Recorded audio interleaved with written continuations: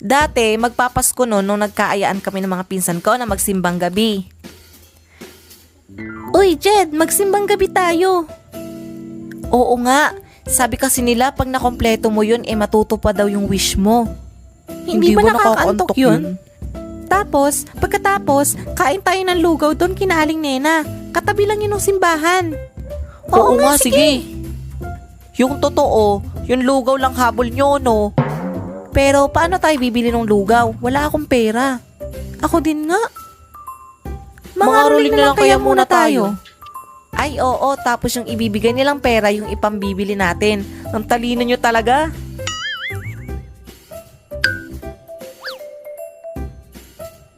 So, ganun na ngayon nangyari. Kumuha kami ng mga pwede naming gawing instrument na gagamitin sa caroling. Saan tayo mag-uumpisa? Doon kaya? Wag dyan, kuripot yan eh. At saka doon na lang tayo sa malaki ang bahay. Mayaman yun oh. Tingnan mo. Ay oo, sige. Siguradong madami magbigay yun.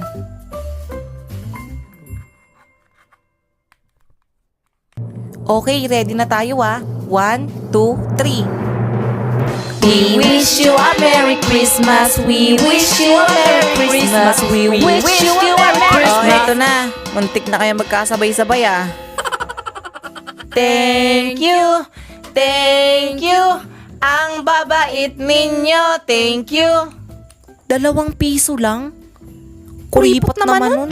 Doon na tayo sa kabila. Oo nga, grabe ang kuripot. Naku, kakainis, char. Okay, ready na tayo ah.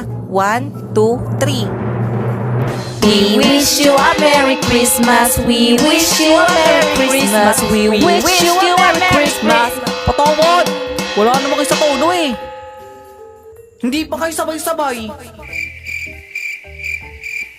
Thank you. Thank you. Ang babarat ninyo. Thank you. O ba't ipahabol ko kayo sa aso namin eh? Takbo! At gano'n na ngayon nangyari.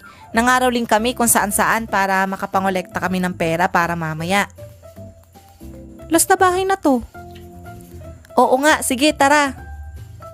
Okay, ready na tayo ah. 1, 2, 3. We wish you a Merry Christmas. We wish you a Merry Christmas. We wish you a Merry Christmas. Oh, eto na. Kasunod, galingan nyo ah, hindi kayo sabay-sabay. Charot lang. Wow, ang dami. Thank you po.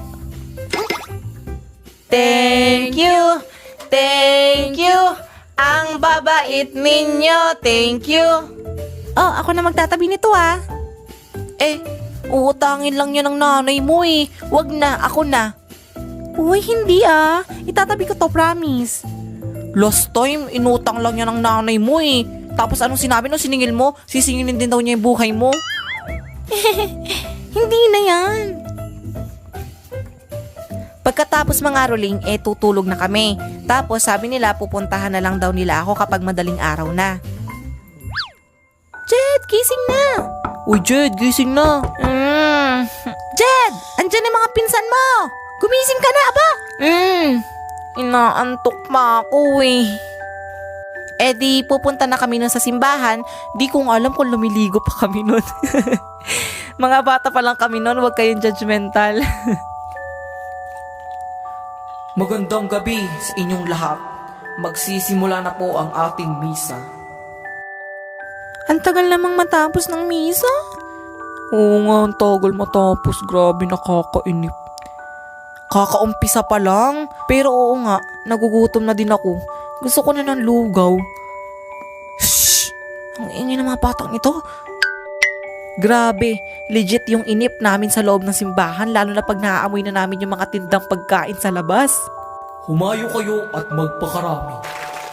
Lo, bakit pa naglatong mga to? Hoy, tapos na. Tapos na. Thank you po, Father. Di pagkatapos ng misa, pupunta na kami sa tindahan ng lugaw. Para sa amin, pinakamasayang moment na is yung kumakain kami ng lugaw. Ang sarap talaga. Bukas ulit ha. Oo nga, sige, dating gabi ulit. Hoy, bilisan nyo naman kumain dyan. Gutom na din kami. Oo nga, wala kaming maupuan. Lo, maghintay kayo kasi simula pa lang namin eh. Hindi ko na natandaan kung nakompleto namin yung simbang gabi nun. Basta ang alam ko, simbang lugaw lang yung ginawa namin nun.